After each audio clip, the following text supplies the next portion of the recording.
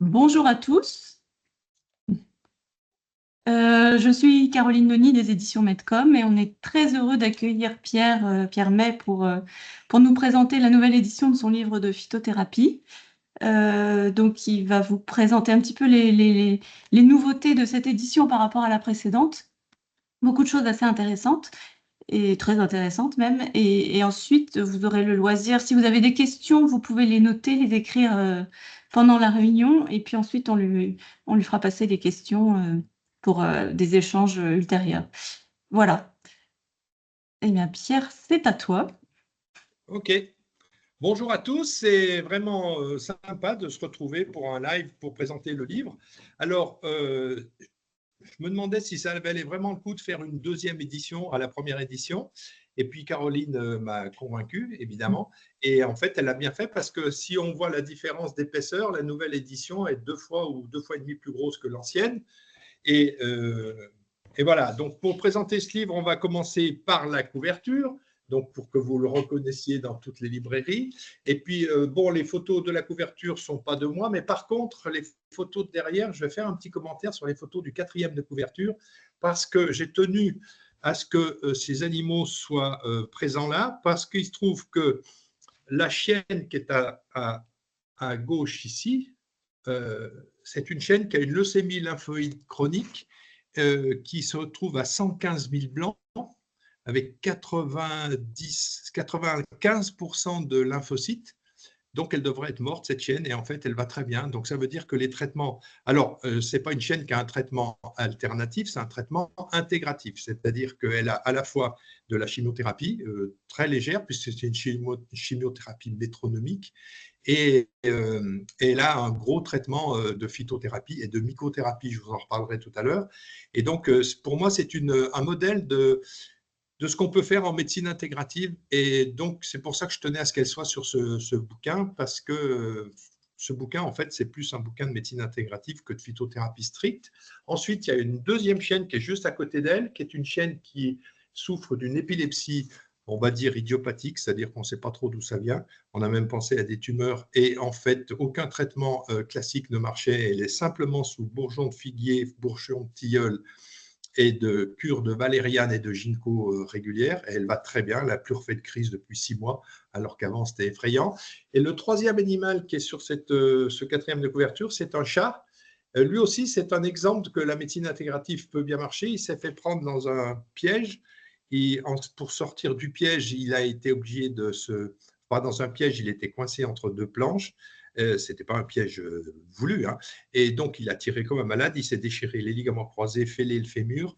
Et donc, on n'a pas voulu l'opérer parce qu'il était jeune et puis parce que les opérations de ligaments croisés sur les chats, ça se discute. Et du coup, ce chat, avec simplement Padina pavonica, du silicium organique, plus un traitement contre les traumatismes à base de préservation, hein, je vous en parle dans le bouquin, là, je vous en ai déjà parlé de préservation, c'est des plantes, c'est de l'extrait de figuier, c'est une plante, c'est un extrait qui permet de stimuler les protéines de choc. Et ce chat a complètement récupéré, il ne boite plus du tout, et même il donne beaucoup de soucis à sa propriétaire parce que tous les soirs, il va se balader, il va chasser, etc. Et quelquefois, il rentre tard dans la nuit. Voilà, donc ça, c'était pour la présentation de la couverture. Ensuite, si vous avez la flemme de lire le livre, ce que je comprendrai très bien, vous pouvez lire juste la préface de mon cher ami et professeur Fabrice Foss, qui est le patron de la VETAO. La VETAO, c'est l'Académie vétérinaire d'acupuncture et d'ostéopathie.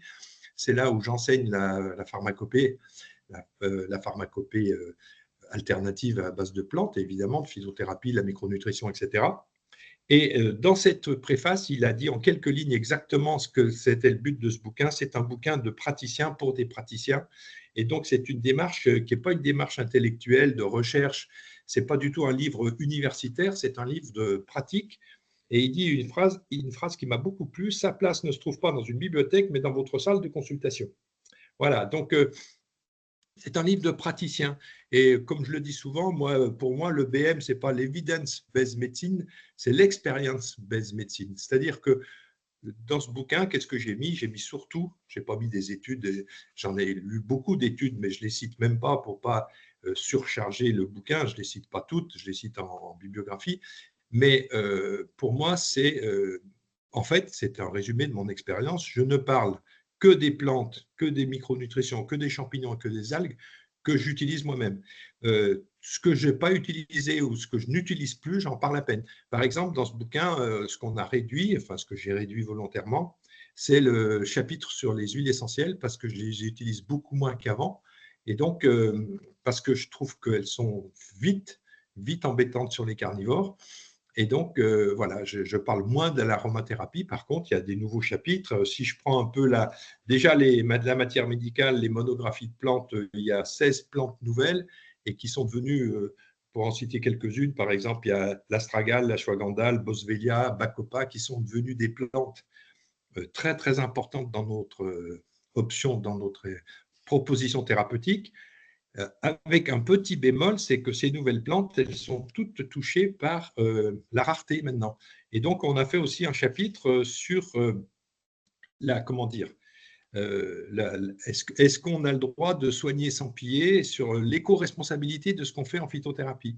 Utiliser des plantes qui viennent de l'autre bout de la planète, qui sont devenues rares, qui sont le gagne-pain des cueilleurs locaux et qui vivent que de ça, et donc qu'on aille chercher ces plantes, qu'on fasse monter les prix, puisque vous vous rendez compte que, par exemple, le cordyceps, ce champignon qui pousse qui est parasite d'une chenille, qui pousse sur les hauts plateaux du Tibet, le cordyceps a atteint actuellement, alors que c'est pas lourd un cordyceps, hein, c'était une espèce de petit carpophore qui pousse sur la tête en général de cette chenille, et le cordyceps, il est à 40 ou 50 000 euros le kilo. Donc, vous voyez un petit peu ce qu'on a fait, nous les Occidentaux, en achetant du cordyceps hors de prix, on a complètement fait flamber les prix. Alors, tant mieux pour les cueilleurs, mais tant pis pour les gens locaux qui ne peuvent plus le consommer. Donc, si vous voulez, ces plantes nouvelles, elles sont très intéressantes, mais d'ailleurs, j'ai mis un petit logo pour signaler toutes les plantes qui étaient en danger au point de vue ressources. Et comme on est, nous, à fond éco-véto, ce n'est pas parce qu'on a une clientèle éco-responsable qu'on peut se permettre de faire des prescriptions qui ne sont pas éco-responsables. Donc voilà, c'était pour une petite introduction pour parler des plantes. Et puis on a commencé le bouquin par un traité de galénique. Alors moi, je ne suis pas un galénicien du tout, mais très souvent, très souvent, j'ai des questions de gens qui me disent mais pourquoi tu ne fabriques pas tes tisanes, tu ne fabriques pas tes plantes, etc. Et donc, je me suis dit, OK, il faut qu'on raconte un petit peu comment ça se passe de faire une décoction, de faire une infusion, de faire une teinture mère. Si certains ont le temps de le faire, tant mieux. Moi, je me suis amusé à fabriquer toute une série de bourgeons. Et après, le problème, c'est d'avoir une fiabilité, des ressources qui ne soient pas polluées, ce qui n'est pas toujours évident. Et en plus, au point de vue, comment dire, pratique de la bonne pharmacie et les guides des bonnes pratiques, franchement, ça se discute. Donc, c'est plutôt pour, comment dire, à titre personnel que j'ai fait ce chapitre sur la galénique. Et ensuite, je vais vous parler des nouveautés ou de ce qui a beaucoup augmenté. Donc, sur la gémothérapie, on a fait un chapitre beaucoup plus important sur la gémothérapie parce que je l'utilise de plus en plus et parce qu'à mon avis, c'est l'avenir de la phytothérapie, surtout sur les gros animaux. Quand vous pensez qu'un flacon de bourgeon, si vous le faites vous, bon, ça vous coûte pratiquement rien, évidemment. Ça vous coûte juste que l'alcool et la glycérine que vous avez mis dedans. Mais si vous voulez avoir un produit qui soit fiable et sur lequel vous ne soyez pas attaqué, bien sûr, il vaut mieux les acheter. Et un bourgeon, ça va coûter maximum prix public 1 euro le millilitre. Et avec 1 millilitre, vous soignez par jour un cheval de 500 kg et une vache de 500 kg. Donc, les bourgeons, c'est vraiment quelque chose d'intéressant. Donc, le chapitre sur les bourgeons est bien augmenté. Les remèdes de la ruche, on en avait déjà parlé dans la première édition, mais je les ai de plus en plus utilisés. Et en faisant attention, bien sûr, à la gelée royale, que j'utilise pratiquement jamais, parce que je pense qu'il vaut mieux la laisser aux abeilles que de se prendre la gelée royale, surtout que ça fait comment dire, il y a un aspect hormone de croissance dans la gelée royale qui est un petit peu discutable, puisque avec la nourriture de la gelée royale, un embryon qui a exactement le même génome entre une ouvrière et une future reine, qu'est-ce qui fait que la reine est plus grande, plus grosse et qu'elle va être mature sexuellement? C'est juste parce qu'elle est nourrie toute sa croissance à la gelée royale. Vous vous rendez compte que simplement, quand on parle d'épigénétique, hein, l'expression de la génétique qui fait une reine uniquement parce qu'elle a mangé de la gelée royale, elle a été nourrie à la gelée royale pendant toute sa période larvaire. Donc, vis-à-vis des cancers, la gelée royale, c'est peut-être un peu discutable. Et exactement comme un autre produit que j'utilisais beaucoup et sur lequel j'ai bien mis la pétale douce, c'est l'algue du lac Klamath, parce que l'algue du lac Klamath, ça stimule les cellules souches et c'est très très bien pour les maladies dégénératives, en particulier neurodégénératives. C'est très intéressant. C'est la phycocyanine qui est intéressante dans l'algue Klamath. Mais j'ai mis la pédale douce pour plusieurs raisons. Un, ça vient d'un lac qui est dans le nord de l'Oregon, donc c'est à 16 000 km d'ici, si mes calculs sont bons. Et deuxièmement, cette exploitation de l'algue Klamath, il y a eu un gros coup marketing avec ça. Il paraît que dans cette eutrophisation du lac chaque année, où on peut récupérer des tonnes d'algues Klamath, il y a aussi des algues qui sont discutables dedans. Donc, il y a eu des problèmes d'intoxication. Et puis, la phycocyanine, qui est la substance intéressante de la Klamath, on peut la trouver dans la spiruline. Et donc, on a des spiruliniculteurs en France qui travaillent très, très bien. Et moi, je pourrais vous citer 2-3 laboratoires. D'ailleurs, à la fin, je me suis permis, je n'ai aucun conflit d'intérêt avec aucun laboratoire, donc je suis tranquille de ce côté-là. Donc, les laboratoires que je cite, c'est ceux que j'utilise. Ce n'est pas du tout exclusif, cette liste des laboratoires. Et pour la phycocyanine, il y a 2-3 laboratoires en France qui travaillent très, très bien et qui font maintenant des petites gammes vétérinaires parce qu'ils s'aperçoivent que les vétos sont 10 fois à 15 fois plus orientés phytothérapie proportionnellement au nombre de vétérinaires en France que les médecins. Les médecins sont tellement bloqués par leurs recommandations des agences de santé que les phytothérapeutes sont souvent embêtés, alors que nous, franchement, il faut en profiter. On est beaucoup moins embêtés que les médecins. Donc, pour revenir à la spiruline, on peut faire de la phycocyanine, extraire de la phycocyanine à base de spiruline, et il y a 2-3 laboratoires, dont un laboratoire qui a été fondé par un vétérinaire. Ce laboratoire s'appelle Blob Lab, et par amitié pour le gars qui a fondé ça, qui s'appelle Caravec, c'est ça, et qui est vraiment un type absolument génial. Et donc, voilà, moi j'aime bien quand il y a des vétos qui sont tellement convaincus par ce qu'ils font en thérapeutique clinique qu'ils font des petits laboratoires et ils font des petites startups, mais qui marchent super bien. Donc, en matière de CBD, dont on parlera aussi tout à l'heure, et en matière pardon, vous voyez, je dis Klamath, en matière de phycocyanine, il y a de quoi faire. Alors, si on continue sur j'ai le bouquin sous les yeux, donc je vous dis ce qui a augmenté et pourquoi ce bouquin, il faut que vous l'achetiez. En fait, je fais de la publicité pour mon bouquin, ça ne se fait pas, ça, c'est pas correct. Donc, pour vous expliquer ce que j'ai mis dedans, voilà, c'est ça. Alors, dans les algues, justement, ça faisait 2 pages dans la dernière édition, et là, ça en fait 10 fois plus, il y a 22 pages. Et c'est écrit aussi petit, même un tout petit peu plus petit que l'édition précédente. Et là, donc, on parlait que de la spiruline, de la Klamath et de la chlorella, et là, on parle de toutes les autres algues. Et franchement, l'algothérapie, c'est pas une médecine, comment dire, confidentielle, hein, c'est pas du tout, c'est vraiment un avenir très très intéressant en phytothérapie. La ressource maritime, bien sûr qu'il faut surveiller cette ressource maritime, savoir qu'on ne fasse pas n'importe quoi, qu'on ne surexploite pas, mais parce que la spiruline, je vous rappelle qu'elle n'est pas maritime, hein, c'est une algue d'eau douce, la chlorella également. C'est un peu compliqué de cultiver la chlorella parce qu'elle capte tellement les métaux lourds qu'il faut des systèmes d'exploitation, de fabrication et d'exploitation des extraits de chlorella. C'est très très compliqué, il faut des bio-incubateurs, enfin c'est assez compliqué.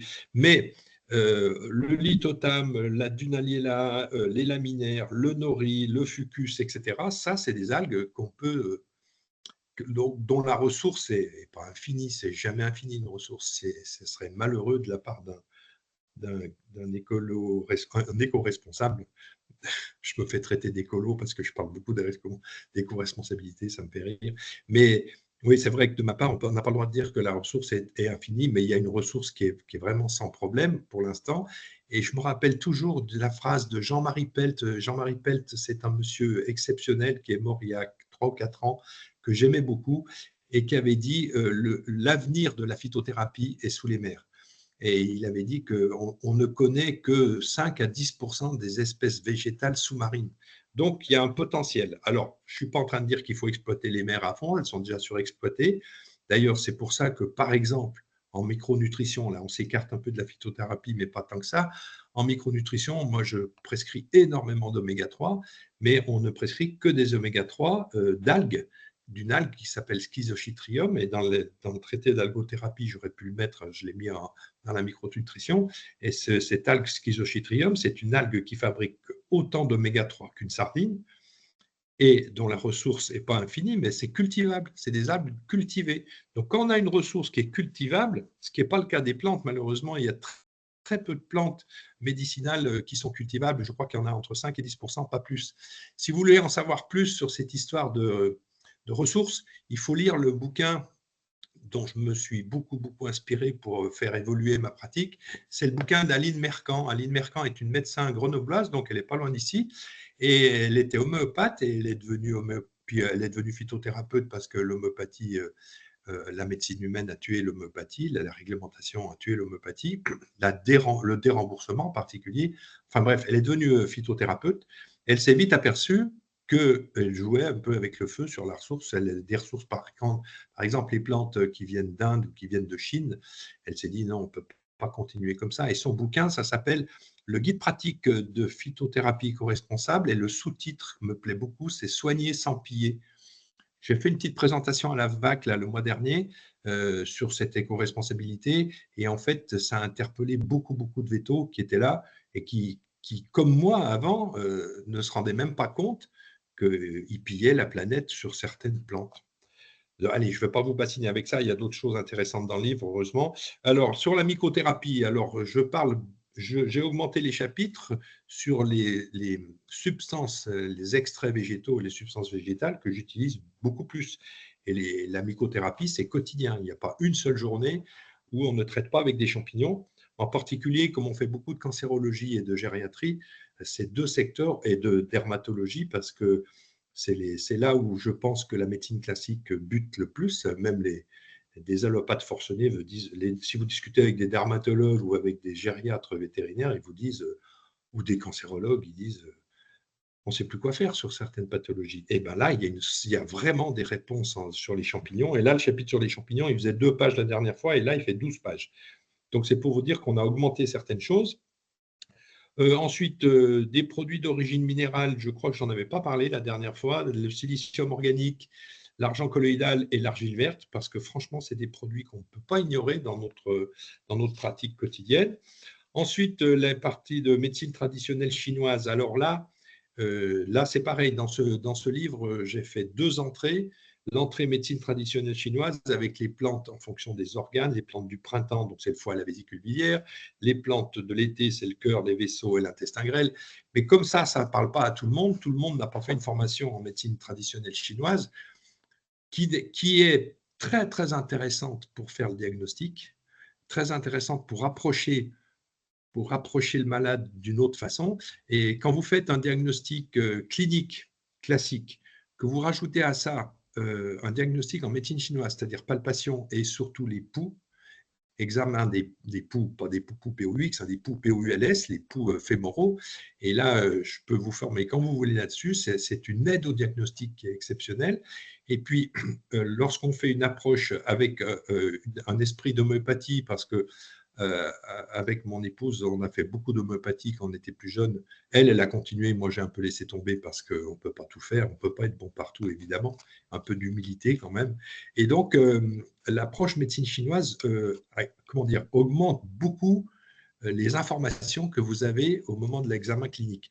Et les pouls chinois nous permettent de faire des approches pour éviter certains examens complémentaires qui sont très onéreux, ou au contraire pour les orienter.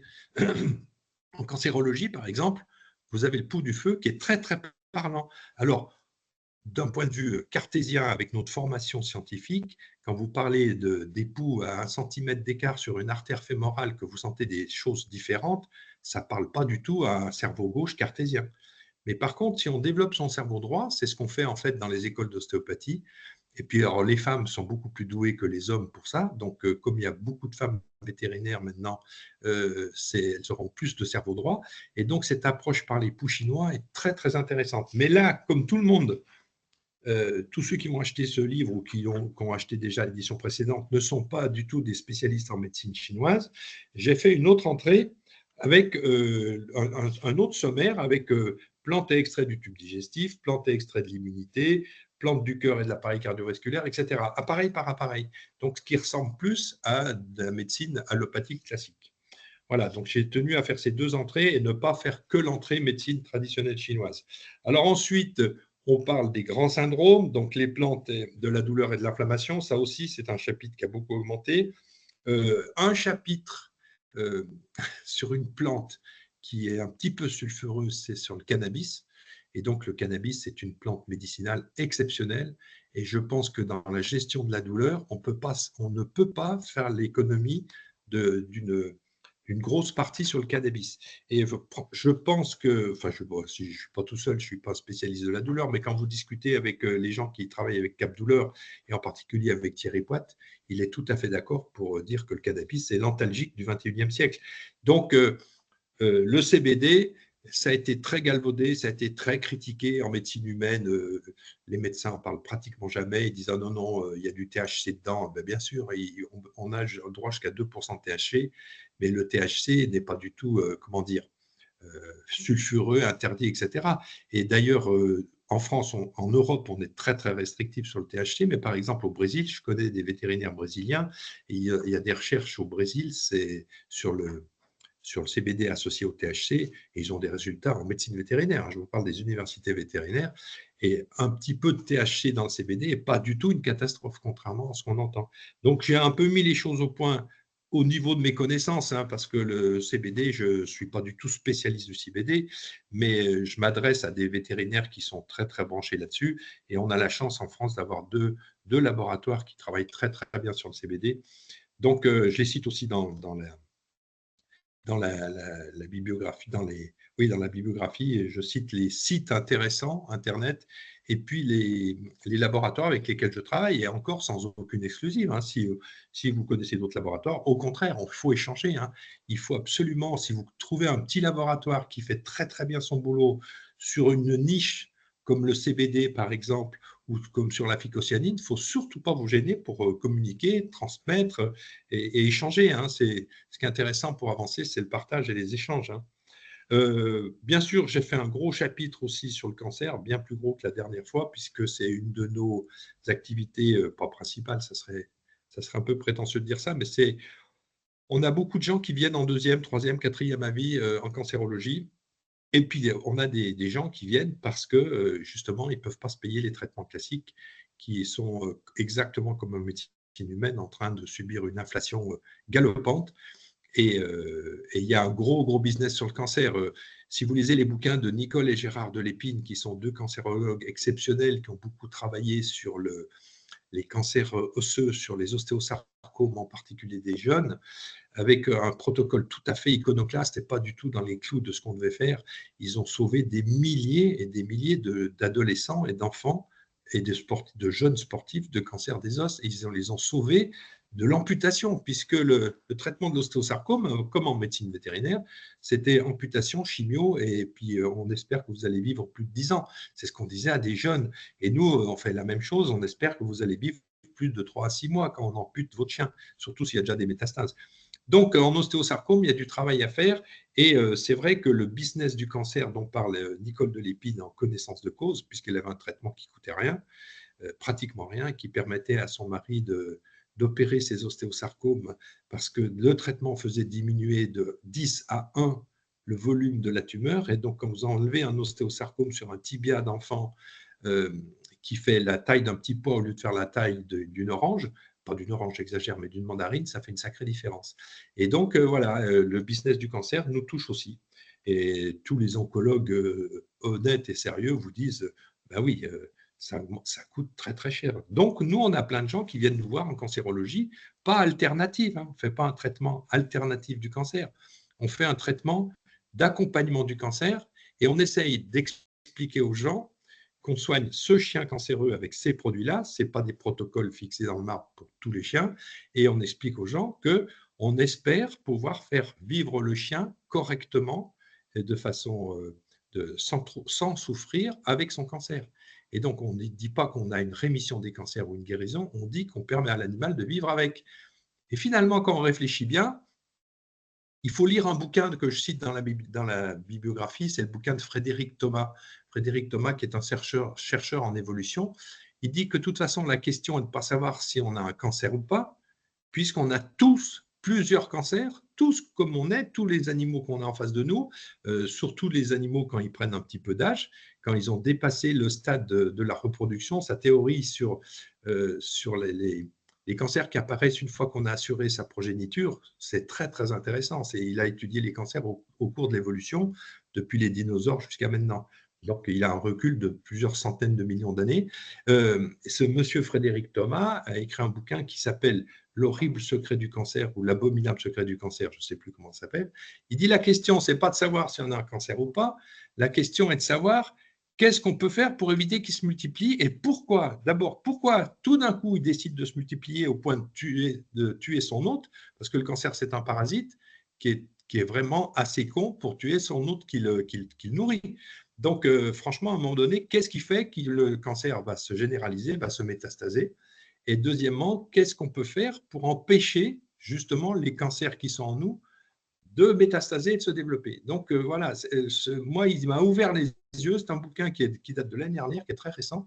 Et franchement, sur les cancers, c'est ce qu'on dit. On dit aux gens, on va essayer de faire vivre votre chien ou votre chat le plus longtemps possible avec son cancer et avec un cancer qui soit limité géographiquement et qui soit limité au point de vue clinique.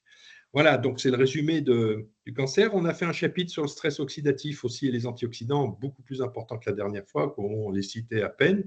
Mais le stress oxydatif, c'est tellement, comment dire, tellement commun, tellement généralisé, et c'est tellement une des causes essentielles du vieillissement et du cancer qu'on ne peut pas se permettre de ne pas en parler. Et puis, j'ai fait un chapitre aussi qui est nouveau, sur le microbiote, parce que on entend tellement de choses sur le microbiote, et comme c'est tellement à la mode, et comme le microbiote intervient dans tellement de mécanismes métaboliques et dans de mécanismes physiologiques et pathologiques, puisqu'on sait qu'il y a une relation microbiote-cerveau, microbiote-immunité, microbiote-peau. Ce qui est intéressant, c'est que les Chinois l'avaient déjà défini, ça, puisqu'il y a déjà 3 ou 4 000 ans, ils avaient parlé de l'élément métal qui est l'élément de votre défense immunitaire. Donc, si vous avez un bon métal, des bonnes défenses immunitaires, vous ne faites pas de maladie virale et vous ne faites pas de cancer, puisque la relation cancer-maladie virale, c'est une évidence maintenant. Et donc, c'était l'élément métal, c'est le poumon en organe plein, le gros intestin, donc le microbiote, parce que le gros intestin, c'est le côlon, microbiote, et l'immunité. Et donc, il y a déjà 3 ou 4 000 ans, les médecins chinois avaient compris cette relation entre le microbiote, l'immunité et les infections. Le poumon, c'est le lieu des infections, c'est la wei qi, c'est comment dire, l'énergie de défense de l'organisme. Donc, on n'a rien inventé. Le microbiote, voilà, j'ai pas fait des mises au point. Je ne suis pas du tout un spécialiste du microbiote. Il y a un professeur à Oniris, là, à Nantes, à l'école vétérinaire de Nantes, qui fait des choses magnifiques là-dessus sur le microbiote. Mais quand même, ça vaut le coup de résumer un petit peu où en sont les recherches, parce que très honnêtement, sur le microbiote du chien, on n'est pas au point, et sur le microbiote du chat, encore moins. Donc, on est au début du début. Par contre, le microbiote des bêtes de rente est connu depuis très longtemps, puisque moi, quand je faisais beaucoup de rural, quand j'ai commencé mon boulot, il y a 35 ans, 40 ans, 45 ans, oui, ça fait 50 ans que je bosse cette année, et que je me suis lancé tout seul, c'est il y a 45 ans. Et donc, il y a 45 ans, on soignait déjà les vaches, enfin les ruminants en général, et puis les veaux monogastriques qui passaient en polygastrique avec des probiotiques. Donc, les probiotiques, ce n'est pas d'aujourd'hui en médecine rurale, et tous les éleveurs industriels de volailles et de porcs connaissent par cœur les probiotiques et en donnent déjà, et des prébiotiques également. Donc, le microbiote, ce n'est pas nouveau, mais c'est à la mode et il faut en parler. Alors après, autour de la chirurgie, les recettes autour de la chirurgie, on a encore amélioré nos protocoles pré-chirurgical et post-chirurgical. Ensuite, préparation d'une épreuve sportive. Bon, ben ici, on soigne beaucoup de chiens de traîneau, bien sûr, parce qu'il y a des mushers partout. Mais ils sont tous en train de déménager en Norvège ou en Laponie parce qu'il n'y a pas assez de neige. Donc, le réchauffement climatique fait qu'on soigne moins de chiens de traîneau et qu'on voit moins les mushers. Mais les épreuves sportives en cani-VTT, etc., voilà, préparation des épreuves sportives, c'est un petit chapitre mais qui a son importance, qui existait déjà. Les plantes et les huiles essentielles antiparasitaires, ça n'a pas changé. On a fait un gros chapitre sur les maladies vectorielles, parce qu'on en voit de plus en plus, et franchement, là, en allopathie, en médecine classique, on n'est pas toujours bien armé, même si sur certaines pathologies, la médecine classique s'en sort très bien. Mais sur le long terme, une suite de maladies de Lyme, une suite de pyroplasmose, traitement de leishmaniose, etc., franchement, avec la phytothérapie, on peut faire des choses super intéressantes. Donc, on a beaucoup développé ce chapitre sur les maladies vectorielles. Ensuite, bon, il y a les plantes des organes, ça ne change pas tellement par rapport au point de vue organisation du livre par rapport au dernier, les plantes du tube digestif, les plantes du poumon, etc. Donc, voilà, c'est ce qu'on a rajouté dans ce livre. On a mis des symboles. Alors, il y a plusieurs symboles. Dans les indications cliniques, chaque fois que c'est une plante qui peut être utilisée pour dans certains secteurs pour le cancer, on a mis un K rouge entouré d'un rond. Donc, chaque fois que vous avez un K rouge sur une plante, sur une matière médicale, sur une explication, ça veut dire que c'est une plante qui a été utilisée et qui a une indication pour le cancer. Les plantes en voie de disparition, c'est une petite feuille blanche dans un rond rouge, c'est-à-dire que celles-ci, pratiquement, c'est interdit de les utiliser. Et malheureusement, il y en a plus que je ne pensais. Dans mon bouquin, il y en a pas mal. Donc, je vous parle de plantes qu'il ne faudrait pas utiliser. Alors, il y a un petit espoir, c'est que sur certaines plantes, par exemple sur la rhodiola, qui est une plante normalement qu'on ne devrait plus utiliser, mais c'est une telle merveille que moi j'ai du mal à ne pas l'utiliser. Et il y a des cultures maintenant de rhodiola. Et donc, ce qu'il faut faire, c'est interroger les laboratoires, aller les voir, aller discuter avec le service recherche et développement. Ils sont tout contents de vous voir, les laboratoires, d'avoir des contacts avec des praticiens, c'est ce qui leur manque à tous. Et donc, vous leur dites, c'est quoi votre source? Donc, il faut les interroger sur le sourcing. Où est-ce que vous achetez? Comment vous recevez ça? Etc. Et si vous voyez qu'ils tournent autour du pot et qu'ils ne vous répondent pas, c'est que ce n'est pas net leur truc. Et donc, voilà, et la source de rhodiola, dans certains laboratoires, je pense à un laboratoire que j'aime beaucoup qui s'appelle Herbolistique. Je ne fais pas de publicité pour eux non plus, hein, il n'y a aucun problème avec ça, j'ai aucun conflit d'intérêt avec eux. Mais Herbolistique est un laboratoire qui m'a bluffé par son sourcing et qui explique enfin, c'est vraiment porte ouverte pour vous expliquer d'où viennent leurs produits, comment ils les récupèrent. C'était les rois des plantes médicinales de culture cultivées. Ils sont installés en plein milieu ils sont en Touraine, ils sont au sud d'Angers, et donc c'est là, historiquement, et d'ailleurs, c'est une famille, donc c'est une affaire familiale, et dans cette affaire familiale, c'était des gens qui cultivaient déjà des plantes médicinales. Je dis bien cultivées. Donc, quand vous leur parlez de sourcing, ils savent de quoi vous répondre. Et puis, il y a des plantes qui sont une petite feuille blanche entourée d'un rond orange. Ça, c'est les plantes qui sont en tension. Donc, il faut vous renseigner, savoir d'où elles viennent, si c'est des plantes qui sont cueillies. Malheureusement, il y a beaucoup de plantes qui sont cueillies en médecine phytothérapique, et ça, c'est un petit peu gênant, quoi. Alors, je ne vous dis pas, je ne suis pas un écologiste intégriste, un taliban de l'écologie, hein, mais simplement, si on fait tous un petit peu attention, c'est l'effet colibri.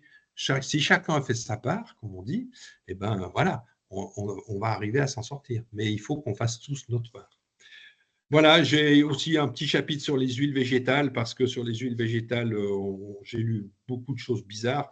Donc, j'avais travaillé la question il y a une dizaine d'années, et là, depuis, je l'ai retravaillé. Et c'est pareil, il y a des huiles végétales qu'il faut éviter, parce que c'est des huiles cultivées dans des conditions écologiques très discutables. Et puis, il y a des huiles qui ont des faits, par exemple, l'huile de nigel de Damas, qui est une huile qui a des indications anticancéreuses. Donc, si vous voulez faire un cocktail anticancéreux, un cocktail, je n'aime pas cette expression, mais une formule anticancéreuse par voie externe avec des huiles essentielles, par exemple, une formule antipapillome, antipapillomatose ou antisarcoïde chez le cheval, eh ben, il faut prendre comme huile de l'huile de nigel de Damas ou de l'huile de calophyte, qui ont toutes les deux des effets antimitotiques. Donc, c'est intéressant de savoir pour certaines huiles pourquoi les utiliser. Par voie buccale, j'utilise très très peu les huiles, mais par contre, on les utilise beaucoup. J'ose même pas dire cosmétologie, c'est parce qu'on n'est pas des cosmétologues. Quand on est dans une clinique et qu'on mélange des huiles végétales et des huiles essentielles, on ne peut pas se permettre de dire qu'on fait de la cosmétologie. Mais par contre, quand on fait des préparations extemporanées pour usage externe, pour les otites par exemple, eh ben, il y a toute une formule là, dans le bouquin sur les otites à Pseudomonas, sur les otites à Malassezia, et autant avec la formule d'huile essentielle et aussi les huiles végétales. Donc, c'est pour ça que j'ai écrit un bouquin sur les huiles végétales. Voilà, donc j'ai fait le tour des nouveautés qui sont dans ce bouquin. Maintenant, je suis disposé à toutes vos questions, il n'y a aucun problème. Et même des questions précises, hein, vous me dites, il ne faut pas vous gêner. Hein, voilà. Donc, je ne sais pas, Caroline, comment tu prévois le temps? Oui, Je sais on pas a depuis combien. déjà quelques questions. La première, c'est si tu as des astuces pour faire prendre les remèdes de phyto aux carnivores qui ne sont pas Alors, toujours très. ça, c'est une très bonne question. Parce que c'est bien gentil de faire des super formules, surtout qu'on est tous un petit peu, comment dire, formatés pour utiliser. D'ailleurs, au point de vue réglementaire, c'est ce qu'on peut faire, c'est ce qu'il faut faire, c'est utiliser des matières premières végétales pour fabriquer extemporané notre formule. Donc, une formule à base de plantes, d'extraits de plantes, comme les extraits de plantes standardisées, à base qui contiennent beaucoup de glycérine, les extraits de plantes spagyrisées qui contiennent moins de glycérine, etc. Pour faire avaler ça, c'est pas toujours facile. Alors, il y a des règles quand même qui sont essentielles et que la plupart des vétos ne donnent pas à leurs patients, enfin à leurs clients, n'expliquent pas à leurs clients. Un, il faut absolument donner toutes les plantes, les extraits végétaux et les nutritionnels aussi. Je ne parle pas beaucoup de micronutrition, mais je parle des oméga 3, je parle du silicium organique, etc., de certaines algues aussi qui ont un effet comme le lithotame, qui ont des effets micronutritionnels. Il faut toujours donner à jeun. Pourquoi? Parce que chez un carnivore, alors moins chez le chat que chez le chien, mais chez un carnivore dont le pH gastrique est autour de 1, un pH très acide, ce qui se comprend, hein, c'est pour détruire toutes les bactéries qu'il y a dans les charognes qui mangent, puisque beaucoup de carnivores et beaucoup de canidés sont charognards plus que prédateurs, alors que les félins sont plus des prédateurs, donc ils mangent plus des proies fraîches, même exclusivement, alors que les chiens, pas du tout. Donc, ils ont besoin de ce suc gastrique très acide. Mais si vous mettez dans n'importe quel aliment, dans du pâté, dans du fromage, dans de la mie de pain pour certains trucs, qu'est-ce qui se passe? Votre pylore se ferme immédiatement pour permettre au contenu, au bol alimentaire d'être, comment dire, d'être travaillé par l'acide chlorhydrique du suc gastrique et en particulier les protéines. Les protéines, la digestion des protéines commence euh, tout de suite dans l'estomac. Et l'estomac d'un chien qui fait un gros repas, en particulier, moi j'ai beaucoup de clients qui sont barfeurs ou qui donnent des repas, qui ont arrêté les croquettes et qui donnent des repas à base de viande, des rations ménagères, comme on dit, etc. Et donc, sur une ration ménagère ou sur un barf, le pylore, il reste fermé entre 12 et 18 heures. Donc, vous pensez bien que si vous mettez ça, si vous mettez dans du pâté votre extrait de plante, il va rester 12 heures minimum, hein, 12 heures dans un estomac fermé avec un suc gastrique à 1 ou 1,5 de pH. Vous imaginez bien que quelle que soit la plante, quelle que soit la gélule, soi-disant gastro-résistante, quel que soit l'extrait, il va être détruit à 90% par les sucs gastriques. Donc, quand les gens vous disent « Ah ben, la phyto, ça ne marche pas sur mon chien », la première question à poser, c'est « Comment vous la donnez ?» Donc ça, c'est très important. Il faut que ça soit à jeun et avec du liquide. Parce que si c'est avec du liquide, du lait, de la crème, du jus de viande, de la soupe, du yaourt liquide, je m'en fiche. Pourvu que le chien le prenne, vous mettez un extrait liquide avec du liquide, il va passer directement puisque le pylore va rester ouvert. Le pylore, si c'est du liquide, il reste ouvert. Si c'est solide, il se ferme. Et si c'est liquide, il s'ouvre. Donc, à jeun avec du liquide. Première chose, c'est très important. Deuxième chose, sur l'aspect goût. Alors là, effectivement, je ne fais pas trop le malin parce que, par exemple, sur les chats, on avait appris que la valériane faisait tout avaler. Moi, j'ai essayé, ça n'a jamais marché. Et donc, en fait, il faut trouver un système pour faire un excipient liquide, je dis bien liquide, ou crémeux si vous faites, qui a un goût très fort pour masquer le goût de ce que vous donnez.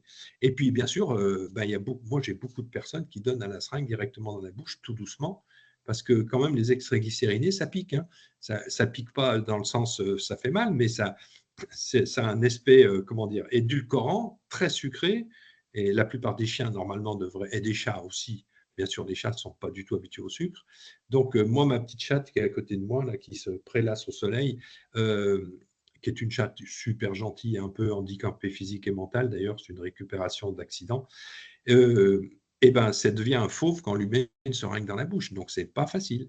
Et donc, j'ai pas de solution miracle. Tout ce qui est liquide, il faut le mettre avec du liquide. Les gélules, vous pouvez les ouvrir dans du liquide à jeun. Si vous donnez après le repas, c'est mort.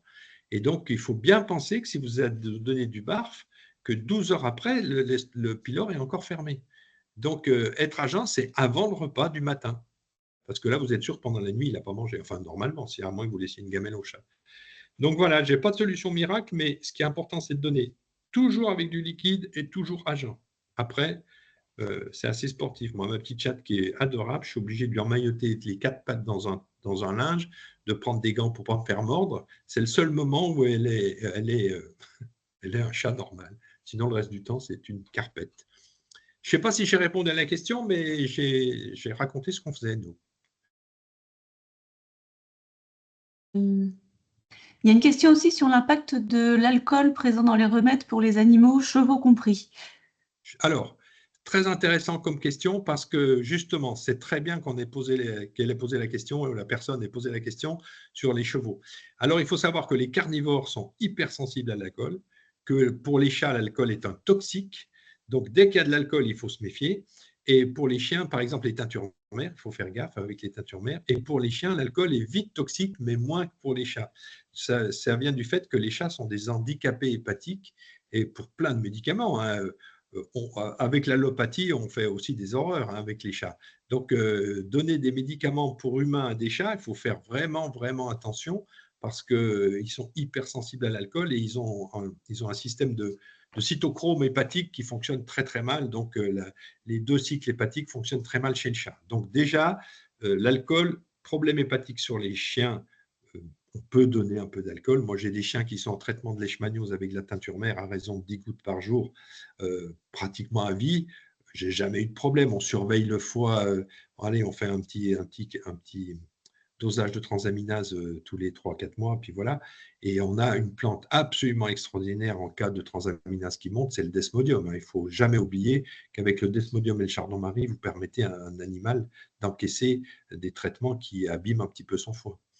Donc, pour les carnivores, il faut faire extrêmement attention. Une fois qu'on a dit ça, les bourgeons, par exemple, la dose, les bourgeons concentrés, hein, je ne parle pas du bourgeon vendu en pharmacie des premières décimales. Hein. Première décimale, ça veut dire qu'il est dilué de 1 à 10 avec de l'alcool. C'est-à-dire qu'il y a 1% de bourgeons et 9%, non, il y a 10% de bourgeons et 90% d'alcool. Donc, n'utilisez jamais en gémothérapie, ça je l'explique beaucoup dans le chapitre là-dessus, n'utilisez jamais les bourgeons de pharmacie. Prenez les bourgeons soit sur Internet, ce qu'on appelle les macères amères, soit dans des magasins bio. Voilà. Parce que les bourgeons, si vous utilisez le macère amer, c'est 1 goutte pour 10 kilos. Et franchement, c'est 1 goutte ou une demi-goutte pour un chat, c'est-à-dire 1 goutte tous les 2 jours, vous diluez votre bourgeon avec la moitié d'eau et vous avez comme ça des demi-gouttes. Pour un chat, c'est 1 goutte pour 10 kilos. Avec 1 goutte pour 10 kilos, bon, même sur des chiens, moi sur des gros, j'ai un élevage de dogs et ces dogs, ils font tous entre 70 et 80 kilos. Et donc, on soigne tout au bourgeon parce que ça coûte beaucoup moins cher. On n'a jamais eu de problème. Ça fait 10 ans que je suis cet élevage.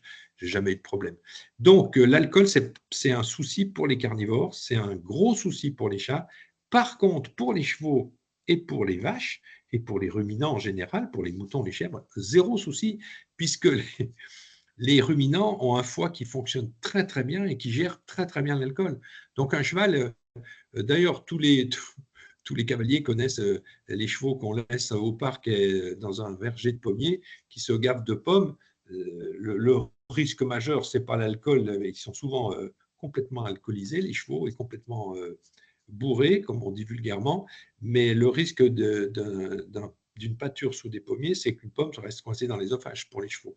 Et une vache qui est à l'ensilage de maïs, c'est comme si elle buvait, et ça c'est mon professeur d'alimentation qui nous avait déjà expliqué ça il y a une quarantaine d'années, dans une conférence, une vache qui mange de l'ensilage 40 à 50 kilos d'ensilage de maïs par jour, c'est comme si elle sifflait 7 litres de whisky, au point de vue capacité de fermentation. Donc, aucun souci avec l'alcool, les teintures mères, les bourgeons, etc. et les extraits alcoolisés sur les ruminants. Et sur les herbivores, sur les chevaux, sur les équidés, aucun souci. Par contre, sur les carnivores, oui. Je ne sais pas si j'ai répondu à la question, mais sur les carnivores, moi, en alcoolisé, j'utilise que les teintures mères à petite dose, teinture mère d'armoise en particulier, qu'on trouve que à l'étranger et pas en France pour la leishmaniose et pour la maladie de Lyme. Et pour les cancers aussi, la teinture mère d'armoise, donc à petite dose. Et les bourgeons, ce n'est pas dangereux si vous utilisez une goutte pour 10 kg. Voilà la réponse. Très bien. On a une autre question sur les oméga 3 issus des algues. Est-ce qu'ils sont aussi biodisponibles et aussi bien assimilés par les carnivores que les oméga 3 d'origine animale?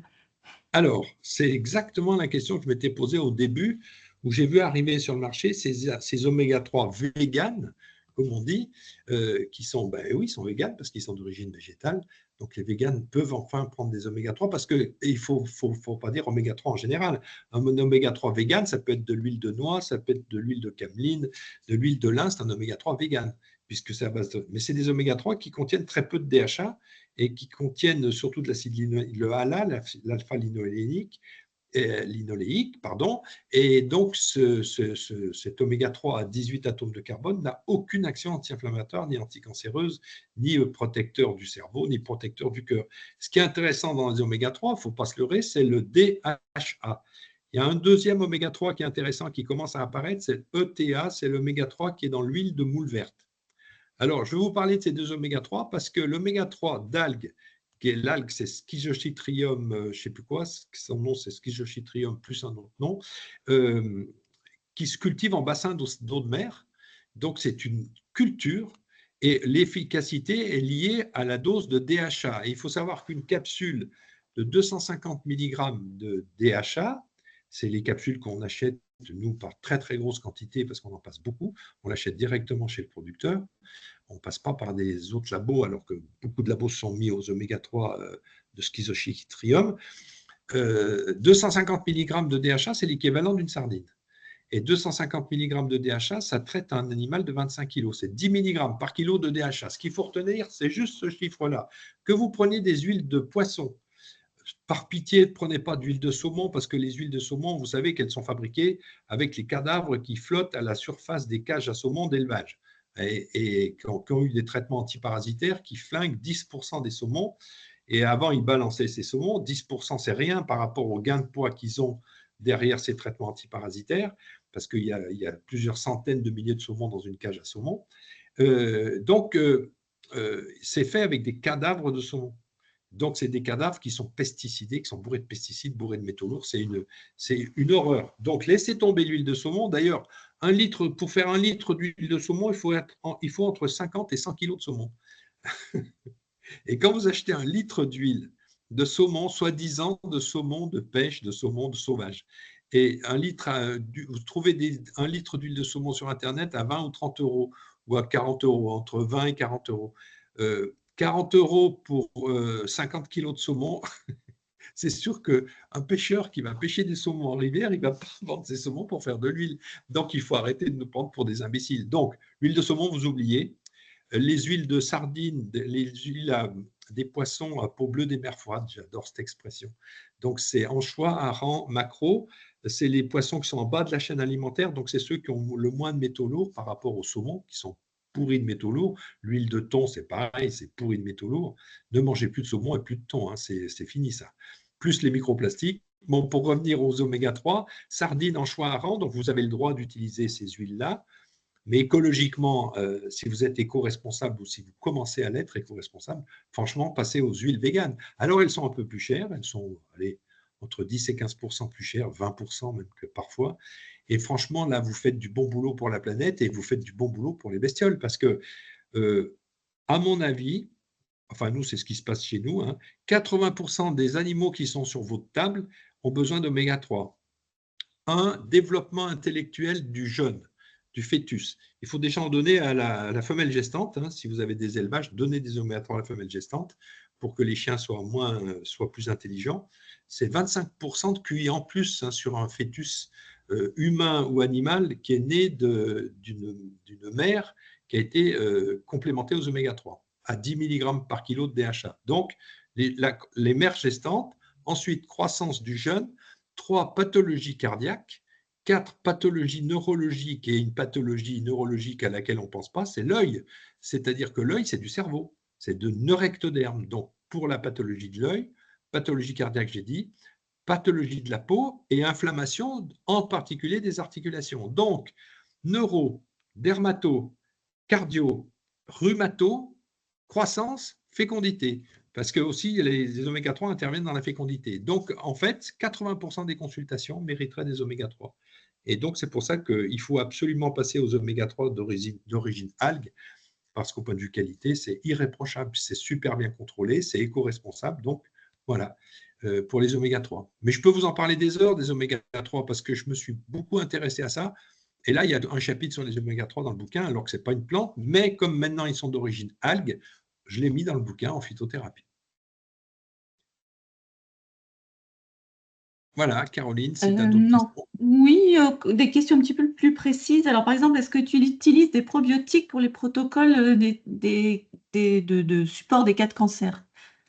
Alors, pour les cancers, effectivement, la flore intestinale, elle n'est pas chouette, mais c'est surtout la muqueuse digestive qui est touchée.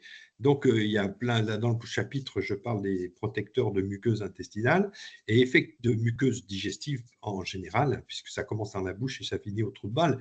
Pour parler vulgairement, ça, c'est pas moi qui le dis, c'est les grands spécialistes du microbiote qui disent que voilà, les problèmes de microbiote commencent dans la bouche. Et Donatini a écrit un très très beau bouquin là-dessus. D'ailleurs, je le cite, Bruno Donatini, qui est un monsieur qui m'a éveillé à l'immunité, qui m'a éveillé aux champignons. J'ai suivi ses formations, c'est un monsieur exceptionnel. Et son laboratoire s'appelle DFN, c'est Donatini Forêt Nature. J'en parle parce qu'il a eu des problèmes, parce qu'il était iconoclaste et dans le milieu médical, ils l'ont embêté, les pharmaciens l'ont embêté, il a été obligé de changer de nom de labo, enfin bref. Et il a écrit un très très beau bouquin sur les probiotiques et les prébiotiques. Alors, pour être très honnête, j'en parle aussi dans le bouquin, ce qui est plus important à mon avis que les probiotiques, c'est les prébiotiques. Et si j'étais tout seul à dire ça, on dirait, bon, il a fumé la moquette, Pierre May, et c'est pas intéressant. Mais je suis pas tout seul à le dire, et des grands noms, des grands noms du microbiote, en particulier un monsieur qui s'appelle André Burkel a écrit un bouquin là-dessus sur le régime microbiote. Et ce monsieur, il a 70 ans, ou il a plus de 70 ans maintenant. Il a écrit son bouquin, il avait 70 ans. Il dit, j'ai attendu 70 ans pour comprendre que ce qui était important, c'était pas les probiotiques, c'est-à-dire des bactéries vivantes, lyophilisées, qu'on espère qu'elles se revivifient dans le tube digestif. Et en termes de nombre, ça se comprend. Donner des probiotiques à un animal qui a une gastroentérite hémorragique, à un jeune chien qui n'a plus rien, que la muqueuse est complètement lisse, qu'il n'y a plus de jardin, il n'y a plus de forêt il n'y a plus de biotope du tout dans son intestin, qu'on remette des probiotiques, tout à fait d'accord. Mais un chien qui a une diarrhée adulte, eh ben, ce qu'il faut, c'est redonner on peut donner des probiotiques, mais ce qui est intéressant, c'est de donner des prébiotiques, c'est-à-dire des aliments de la flore intestinale. Et ces prébiotiques, eh ben, bien sûr, on vous parle de l'inuline, de la racine de chicorée, de ces trucs-là, mais en fait, les prébiotiques, c'est la gamelle. Les probiotiques, c'est la gamelle, c'est-à-dire c'est des fibres, des glycanes, et puis des produits tout simples, comme les amidons résistants de maïs et de patates douces, comme les prébiotiques comme la levure de bière. Et donc, un chien qui a des troubles digestifs, etc., bien sûr qu'il faut lui donner des prébiotiques, c'est-à-dire qu'il faut revoir la gamelle. Vous n'avez pas de prébiotiques dans des croquettes, ça c'est clair. Et vous avez très très peu de prébiotiques dans un pâté. Tandis que si vous faites avaler des légumes à votre chien, là vous allez lui donner des fibres, support des bactéries, des glycanes avec les amidons résistants, et puis toute votre microbiote va redémarrer. Donc, les probiotiques, moi, je suis très, très peu prescripteur de probiotiques. Il y a quelques labos qui font du bon boulot, mais la plupart, ce n'est pas assez dosé. Et donc, quand vous allez mettre même 1 milliard, même 5 milliards de bactéries dans une gélule qui va passer par l'estomac, si en plus vous avez mis votre probiotique dans la nourriture, vous êtes tranquille, tout a été détruit par le suc gastrique. Quand je pense qu'il y a des probiotiques qui sont en sachet, qu'on saupoudre sur la nourriture, mais c'est vraiment du foutage de gueule, puisque je m'excuse d'être un peu cash comme ça, mais c'est vraiment se moquer de nous, parce que cette gélule ou ce sachet que vous allez mettre dans la nourriture, il va être immédiatement détruit par le suc gastrique, dont c'est la première fonction. Le suc gastrique, sa première fonction, c'est de détruire tout ce qui bouge dans une ration alimentaire. Alors que si vous donnez des prébiotiques, de l'amidon résistant. Ça veut dire quoi, amidon résistant? C'est qu'il va résister à l'estomac, à l'intestin grêle, au suc pancréatique, aux extraits hépatiques, aux acides biliaires, etc. Et qui va arriver dans le côlon. Ces amidons vont arriver tels quels dans le côlon. Et les bactéries adorent l'amidon, même les bactéries de carnivores. Donc, quand on vous dit qu'un chien ne doit pas manger d'amidon du tout, c'est une erreur. Mais il faut de l'amidon résistant. Et l'amidon résistant, ce n'est pas compliqué, c'est le riz semi-complet cuit pendant 1 heure. C'est la patate douce qui est un des meilleurs prébiotiques qui soit. Ça, c'est démontré par plein d'études, sur les carnivores également. Patate douce, cuite et refroidie. Alors, bizarrement, si vous la donnez cuite, juste chaude, cuite à la vapeur, hein, c'est là où vous gardez en plus toute la vitamine A, et c'est intéressant parce que la patate douce, c'est le champion du monde de la vitamine A. Donc, patate douce, levure de bière, riz semi-complet cuit pendant 1 heure. Et là, vous avez fait du vrai boulot de réensemencement de bactéries parce que vous allez nourrir les bactéries qui appartiennent à cet animal ou à ce bonhomme. Vous savez que la carte d'identité, les empreintes digitales, c'est rien par rapport à l'empreinte du microbiome. Il n'y a pas 2 personnes dans le monde qui ont le même microbiome, ça n'existe pas. Et donc, le microbiome, c'est quelque chose qui est totalement individuel. Le microbiome, c'est le génome du microbiote, hein. C'est l'ADN des bactéries du microbiote. Et maintenant, pour détecter un microbiote, franchement, analyser les selles, vous savez que dans les selles, 80% du microbiote, c'est des anaérobies, donc dans les selles, vous ne les avez plus. Maintenant, pour savoir quel est le microbiote d'un animal ou d'un chien ou d'un chat ou d'un humain, il faut faire une analyse, la carte génétique du microbiote des selles. Et là, vous trouvez les restes ADN des bactéries anaérobies qui sont mortes en sortant, évidemment. Donc, une fois qu'on a dit ça, par rapport aux probiotiques, nous, on pratique énormément le transfert de flore fécale. C'est-à-dire que tous les jours, on a des clients qui viennent à la clinique chercher des gélules de caca. Parce que maintenant, on le met en gélule. Au début, c'était des rondelles de caca qu'on congelait et qu'on donnait aux gens. Bien sûr, on leur donne, hein. Alors, les gélules, on fait payer un prix minimum, c'est le travail de faire la gélule. Et en fait, le transfert fécal, normalement, si vous lisez les bouquins de Juan Hernandez, là, le prof le spécialiste du microbiote, le prof de Niris, il a écrit des très beaux articles que je cite dans le livre là-dessus, sur le microbiote, et il fait des conférences magnifiques là-dessus. C'est un monsieur qui est d'une pédagogie exceptionnelle. Et ben lui, il fait comme on fait en médecine humaine, c'est-à-dire qu'il choisit un animal, il faut que l'animal soit déparasité, qu'il n'ait aucune maladie, etc. Ce qui est normal, vous n'allez pas vendre du caca d'un animal malade. Mais nous, qu'est-ce qu'on prend? On prend l'animal des vétos, de la clinique. Pendant 14 ans et demi, on a pris les crottes de ma chienne, qui a vécu 14 ans et demi, une Bouvier bernois croisée border, 14 ans et demi sans avoir jamais vomi de sa vie et jamais avoir eu une selle liquide de sa vie. Donc, elle avait un sacré microbiote et on a sauvé des centaines de chiens de diarrhée qui avaient la diarrhée, des diarrhées chroniques en particulier, avec les cacas de ma chère chienne. Et maintenant, c'est les cacas du chien de William ou de la chienne de Caro qui sont des cacas magnifiques. Alors, bien sûr qu'on est limite par rapport au sourcing. Sourcing du caca, c'est nouveau, ça vient de sortir.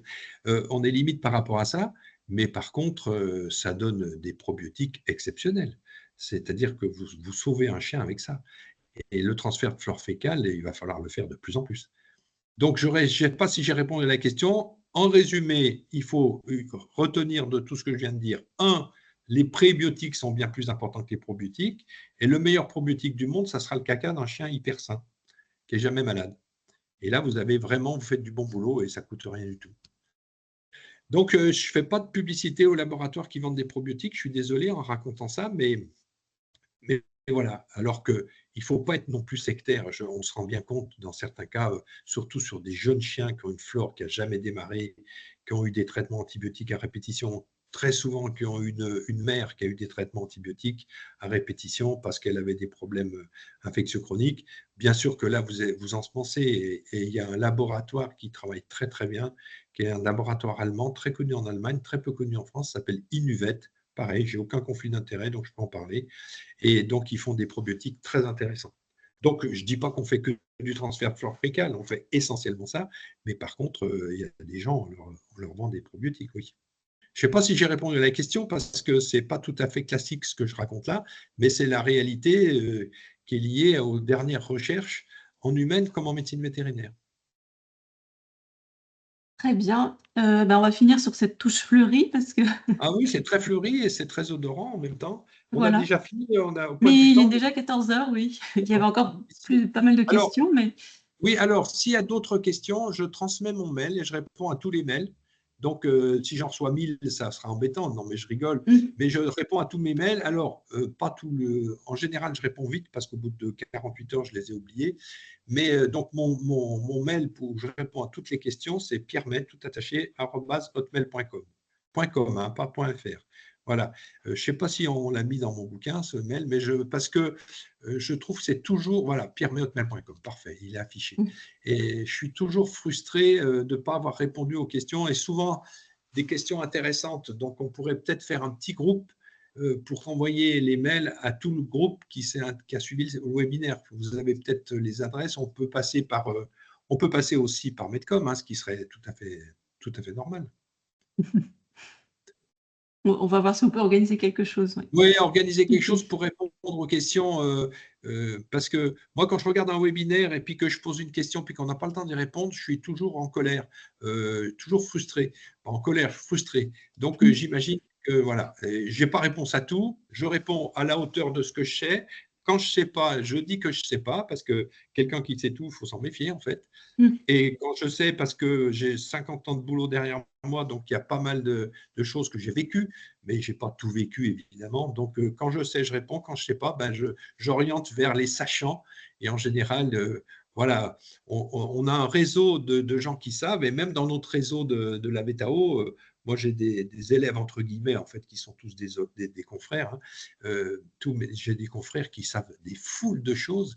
Et c'est très intéressant, c'est de créer un réseau pour répondre aux questions. mmh.